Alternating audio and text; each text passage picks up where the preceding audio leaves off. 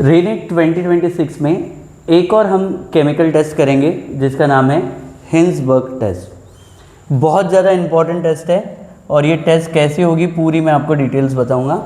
Hinsberg test ये एक determination test है। डिटर्मिनेशन टेस्ट है किसका? प्राइमरी, सेकेंडरी और टर्शरी अमाइन का। Determination test for primary, secondary and tertiary amines का। तो सबसे पहले भी हम देखेंगे कि प्राइमरी अमाइन क्या होते हैं, सेकेंडरी अमाइन क्या होते हैं और टर्शरी अमाइन क्या होते हैं, फिर उसके हिसाब से हम टेस्ट करेंगे। तो प्राइमरी अमाइन की आइडेंटिफिकेशन क्या होती है? RNH2, ठीक है, that is alkyl derivative of ammonia, ठीक है। तो अमोनिया में से क्या होता है कि आप एक हाइड्रोजन माइनस करते हो और उसमें एक अल्काइल ग्रुप जब आप ऐड कर दोगे तो क्या बन जाएगा? 1 डिग्री अमीन, इसको बोलेंगे प्राइमरी अमाइन, ठीक है। फिर अमोनिया में से 2 हाइड्रोजन हम लोग निकालेंगे तो वहाँ पे क्या बनेगा? R2NH, तो ये बन जाएगा सेकेंडरी अमाइन, ठीक है। और फिर उसके बाद R3N, इसको हम लोग क्या बोलेंगे? Tertiary amine. तो हमारे सैंपल में प्राइमरी अमाइन है, सेकेंडरी अमाइन है या टर्शरी अमाइन है, इन सब का अगर आपको डिटर्मिनेशन टेस्ट करना है तो उसके लिए हमारे पास में क्या है? हिंसबर्ग टेस्ट करते हैं। तो अभी हम टेस्ट कैसे करेंगे उसके बारे में मैं आपको बताऊंगा। तो सबसे पहले टेस्ट करने के पहले आपको रिएजेंट चुनना पड़ेगा और वो जो रिएजेंट है उसको हम बोलेंगे हिंसबर्ग रिएजेंट। हिंसबर्ग रिएजेंट, ठीक है। हिंसबर्ग रिएजेंट को हम लोग बोलेंगे benzene sulphonyl chloride. Hinsberg reagent को बोलेंगे benzene sulphonyl chloride, that is benzene ring होगा, ठीक है। एस डबल बॉन्ड ओ और यहाँ पे आएगा Cl, इसको हम लोग बोलेंगे बेंजीन सल्फोनिल क्लोराइड। और इसको लिखने का तरीका कैसे लिख सकते हैं आप? ArS double bond O Cl, इस फॉर्म में भी आ सकती है। और आपको किस फॉर्म में आ सकती है? PHS double bond O Cl, ये सब हिंसबर्ग रिएजेंट है। तो हिंसबर्ग रिएजेंट को डिटर्मिनेशन टेस्ट बोलेंगे primary, secondary and tertiary amine के लिए। अब ये रिएजेंट काम कैसे करेगा ये हम थोड़ा सा डिस्कशन कर लेते हैं। कैसा होता है कि अगर आपको सबसे पहले सैंपल्स मिलेंगे, आपको सैंपल्स मिलेंगे 3 सैंपल, ठीक है। सैंपल नंबर 1 मिलेगा, सैंपल नंबर 2 मिलेगा और सैंपल नंबर 3 मिलेगा। इसमें क्या होगा? अलग अलग अमाइंस होंगे, ठीक है। एक सैंपल में होगा प्राइमरी अमाइन, दूसरे सैंपल में होगा सेकेंडरी अमाइन और तीसरे सैंपल में होगा टर्शरी अमाइन। तो अब इन्हीं को आपको आइडेंटिफाई करना है कि आप कैसे आइडेंटिफाई करेंगे कि प्राइमरी अमाइन कौन सा है, सेकेंडरी अमाइन कौन सा है और टर्शरी अमाइन कौन सा है। सैंपल देने के बाद हम उसका आइडेंटिफिकेशन टेस्ट कैसे करेंगे। तो होता कैसा है कि एक एक करके भी हम इसको डिस्कशन करेंगे। अब हम लोग अलग अलग करके हिंसबर्ग रिएजेंट इसमें मिला देंगे। क्या मिला देंगे? हिंसबर्ग रिएजेंट मिलाएंगे। और किस बात पे फोकस करना है वो एक सबसे इम्पॉर्टेंट है, ठीक है। तो तीनों सैंपल में अगर प्राइमरी है, सेकेंडरी है, टर्शरी है, ये कैसे पता? तो एक एक एग्जांपल लेके हम इसको समझते हैं। तो मान के चलते हैं कि हमारे सैंपल पे सैंपल नंबर जो हमको 1 मिला है, ठीक है, उस सैंपल में प्राइमरी अमाइन है। तो प्राइमरी अमाइन को हम लोग ने क्या बोलेंगे? RNH2 बोलेंगे। तो अब इसको हम ऐसे लिखते हैं R नाइट्रोजन, यहाँ पे हो गया हाइड्रोजन, ये हाइड्रोजन और ये हो गया हमारे पास में सबसे पहले प्राइमरी अमाइन, ठीक है। तो अब इसका जो रिएक्शन है हम लोग किसके साथ में करेंगे? हिंसबर्ग रिएजेंट के साथ। तो यहाँ पे आप देख सकते हैं कि हमने इसमें यानी क्या मिलाया? हिंसबर्ग रिएजेंट मिलाया। और अभी हमको लगता है कि क्या अगर ये प्राइमरी अमाइन है तो ये कैसे रिएक्ट करेगा, थोड़ा सा इसके हम लोग डिटेलिंग में जाने की कोशिश करते हैं। तो प्राइमरी अमाइन है RNH2, ठीक है।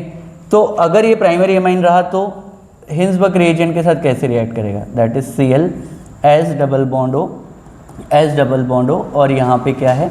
रिंग है, बेंजीन रिंग है, ठीक है। तो हिंसबर्ग रिएजेंट, प्राइमरी अमाइन, अब यहाँ से क्या करेगा? ये रिएक्ट करेगा। तो यहाँ पे ऑफकोर्सली क्या होगा? HCl लॉस होगी।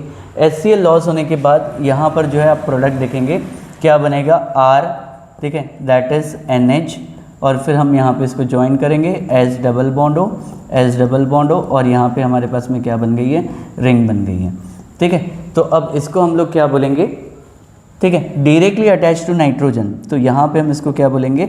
Directly attach to nitrogen, that is इसको हम लोग क्या बोलेंगे? N alkyl. क्या बोलेंगे? एन अल्काइल, ठीक है, और इसको बोलेंगे बेंजीन, और ये बन गया sulfonamide, N alkyl benzene sulfonamide, N alkyl benzene sulfonamide. अब ये एन अल्काइल बेंजीन सल्फोनामाइड है, ये एक इनसॉल्युबल है, ये एक इनसॉल्युबल है। तो अभी आपने क्या हुआ कि जैसे आपने सैंपल नंबर 1 पर, ठीक है, सैंपल नंबर आपने 1 पर या सैंपल नंबर ए पे आपने क्या मिलाया, हिंसबर्ग रिएजेंट मिलाया, तो ये जो सोल्यूशन है वो क्या हो गई, इनसॉल्युबल हो गई। सॉल्युबल यानी क्या हो गई, इनसॉल्युबल हो गई। तो इनसॉल्युबल आपको सबसे पहले दिखाई देगा। उसके बाद अब हम क्या कर सकते हैं, इसमें देखेंगे कि अगर इसका रिएक्शन मैंने अल्कली के साथ कराया, आगे इसका रिएक्शन अगर मैंने किसके साथ कराया, अल्कली के साथ कराया, अल्कली में हम लोग क्या करेंगे, एक्वस NaOH यूज़ कर सकते हैं, या फिर क्या यूज़ कर सकते हैं, KOH यूज़ कर सकते हैं एक्वस सोल्यूशन में। तो यहाँ पे होगा क्या, ये बहुत अभी यहाँ पे इम्पोर्टेंट है। तो जैसे ही यहाँ पर आपने एक्वस अल्कली मिलाया, तो एक चीज़ समझो कि जो नाइट्रोजन पे जो हाइड्रोजन अटैच है, नाइट्रोजन पे जो हाइड्रोजन अटैच है, ये हो जाता है हाईली हो जाता है एसिडिक। अब ऐसा क्यों, हाईली एसिडिक क्यों होगा, क्योंकि यहाँ पर जो ग्रुप लगी है सल्फोनामाइड वाली, S डबल बॉन्ड O और रिंग, ये स्ट्रॉन्ग इलेक्ट्रॉन विड्रॉइंग ग्रुप है। क्या है, स्ट्रॉन्ग इलेक्ट्रॉन विड्रॉइंग ग्रुप है। स्ट्रॉन्ग इलेक्ट्रॉन विड्रॉइंग ग्रुप होने के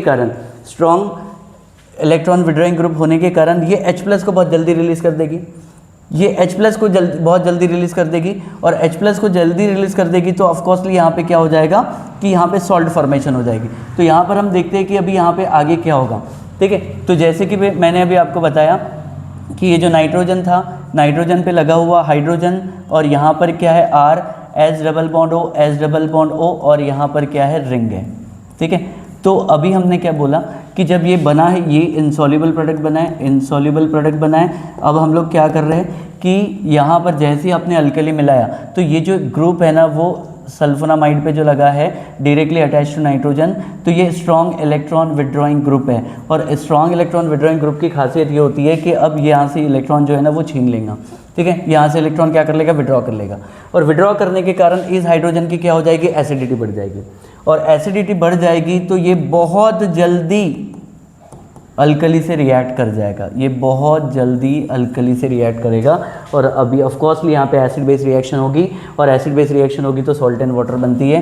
तो फाइनली ये क्या बनाएगा, R, यहाँ पर क्या हो N, और यहाँ पर क्या आ जाएगा, Na पॉजिटिव, ठीक है। और फिर उसके बाद S डबल बॉन्ड O, और यहाँ पे क्या होगा, रिंग होगी, pH मतलब रिंग होती है, ठीक है। तो इसका मतलब यहाँ पर क्या बन गया, सॉल्ट बन गया, बट ये सॉल्ट क्या है, सल्यूबल है, ठीक है। तो पहले हमारे पास में एक चीज़ बिल्कुल क्लियर हो गई, तो उसको भी मैं आपको बता रहा हूँ कि आपको जैसे 3 सैंपल मिले थे, उसमें से अगर मैंने बोला कि अगर ये प्राइमरी अमाइन है, तो प्राइमरी अमाइन के बाद में चीज़ें क्या हो रही थी, आपने क्या मिलाया, बेंजीन सल्फोनिल क्लोराइड मिलाया, हिंसबर्ग रिएजेंट मिलाया। पहले जो चीज़ थी वो क्या मिली आपको, सल्यूबल मिली। सल्यूबल मिलने के बाद एक्चुअली क्या हो गया कि आपने जैसे उसमें अल्कली ऐड की, जैसे आपने उसमें क्या ऐड की, अल्कली ऐड की, तो अल्कली ऐड करने के बाद जो इनसॉल्युबल जो सब्सटेंस था वो क्या हो गया, सल्यूबल हो गया। ये इनसॉल्युबल सब्सटेंस जो था वो क्या हो गया, सल्यूबल हो गया। तो ये ही मेन प्राइमरी अमाइन की पहचान है, और उसके पीछे का जो रीज़न है अभी हमने जो प्रॉपर तरीके से देखा कि ये जो इनसॉल्युबल सब्सटेंस था वो रिएक्ट कर रहा था किसके साथ में, अल्कली के साथ में, अल्कली के साथ मिला के ये सल्यूबल सॉल्ट बना लिया, ठीक है। तो इससे ये आइडेंटिफाई हो जाता है कि ये प्राइमरी अमाइन है, क्लियर है। और यहाँ पे बहुत बड़ा रोल था इलेक्ट्रॉन विड्रॉइंग ग्रुप का इसके एसिडिटी बढ़ाने में, ठीक है।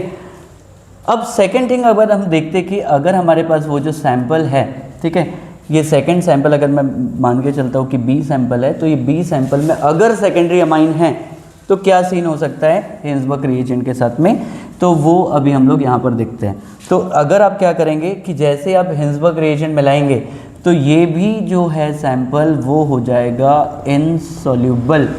क्या हो जाएगा, इनसॉल्युबल।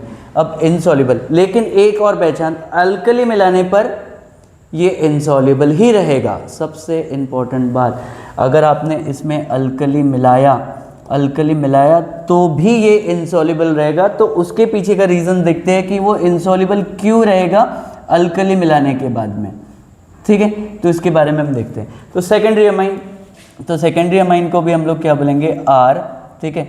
यहाँ पर क्या होगा, नाइट्रोजन, और यहाँ पे और एक मैं क्या लगाता हूँ, आर, ठीक है, और यहाँ पे क्या होगा, हाइड्रोजन। तो इसको अभी हम लोग क्या बोलेंगे, that is R2NH secondary amine का रिएक्शन अभी हम किसके साथ में करेंगे, हिंसबर्ग रिएजेंट के साथ में। तो हिंसबर्ग रिएजेंट क्या होता है, that is Cl H double bond O और यहाँ पे क्या होगी, रिंग होगी, H double bond O ring होगी, ठीक है। इसको बोलेंगे Hinsberg reagent, that is benzene sulphonyl chloride.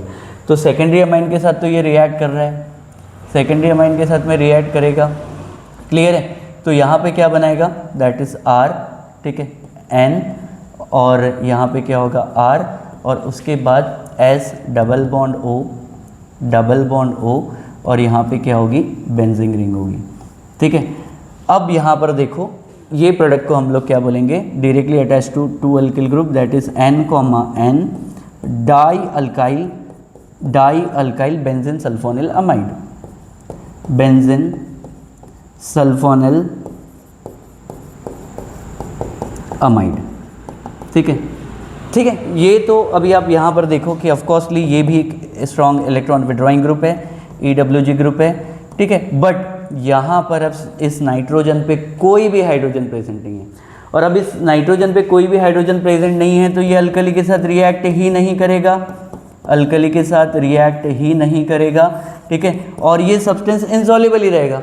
लेकिन इसके पहले के केस में हमने क्या देखा कि यहाँ पे हाइड्रोजन था और इलेक्ट्रॉन विड्रॉइंग ग्रुप ने क्या कर दी थी, उस हाइड्रोजन की एसिडिटी बढ़ा दी थी, इसलिए वो अल्कली से रिएक्ट होकर सॉल्युबल हो गया था। बट ये सब्सटेंस इनसॉल्युबल ही रहेगा। तो इससे आप डिटरमाइन कर सकते हो सेकेंडरी अमाइन कौन सा है, क्लियर है। प्राइमरी में क्या हो रहा था कि जैसे कि आपके पास में एक सैंपल मिला, सैंपल में हिंसबर्ग रिएजेंट मिलाया, हिंसबर्ग रिएजेंट मिलाने के बाद वो इनसॉल्युबल था, फिर अल्कली मिलाने पे सॉल्युबल हो गया। फिर दूसरी केस में आपने क्या किया, दूसरा सैंपल लिया, उसमें हिंसबर्ग रिएजेंट मिलाया, वो इनसॉल्युबल ही था, अल्कली मिलाने पर भी इनसॉल्युबल रह रहा था, इसलिए वो सेकेंडरी अमाइन है। इसलिए वो क्या है, सेकेंडरी अमाइन है।